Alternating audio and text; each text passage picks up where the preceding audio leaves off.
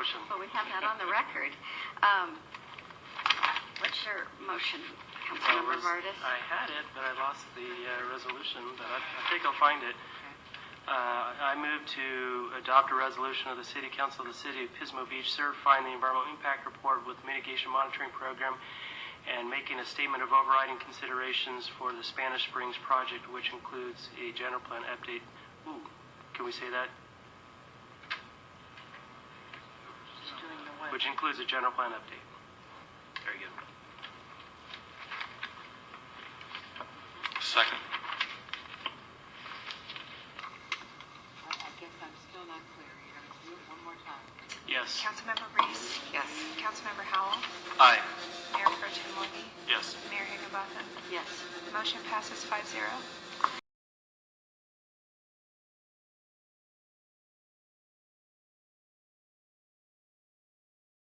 Madam Mayor, I move that we adopt a resolution of the City Council of the City of Pismo Beach rescinding resolution number R-2013-039,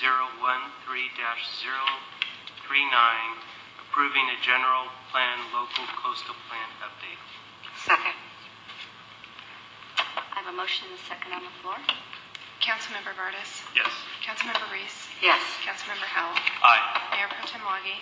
Yes. Mayor Higginbotham? Yes. Motion passes 5-0. Thank you.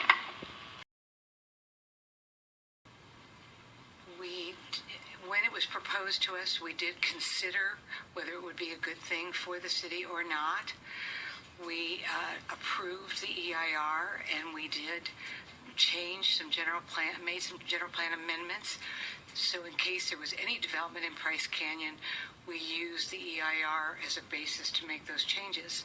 We later rescinded those actions. But the process for annexation takes a long time, and we were just in the process of reviewing it, but rescinded our action, and we did not approve it. Thank you. Chris? Well, I think Spanish Springs was a very large project that developed a lot of consternation and concern amongst the residents. As a council member, our role is to try to evaluate projects and to critically analyze them and see if we can develop solutions that work for the community. In this case with Price Canyon, when the applicants came before the City Council for authorization to prepare an EIR, I in particular said, no, before you need to do that, you need to develop a constraints analysis to look at the environment, identify what your circulation points are, what your water supply is, and then develop a project description or project that would support or be consistent with that. In the end, based on the feedback from the community, the City Council did not approve the project over a multitude of concerns. In particular, water supply. The applicant did propose developing recycled water so that they would offset their water use and not endanger and impact the city's water supply. But ultimately, this is a project that is now going to go before the voters for their decision. The council tried. We tried to make it work. Obviously, there's a lot of concerns.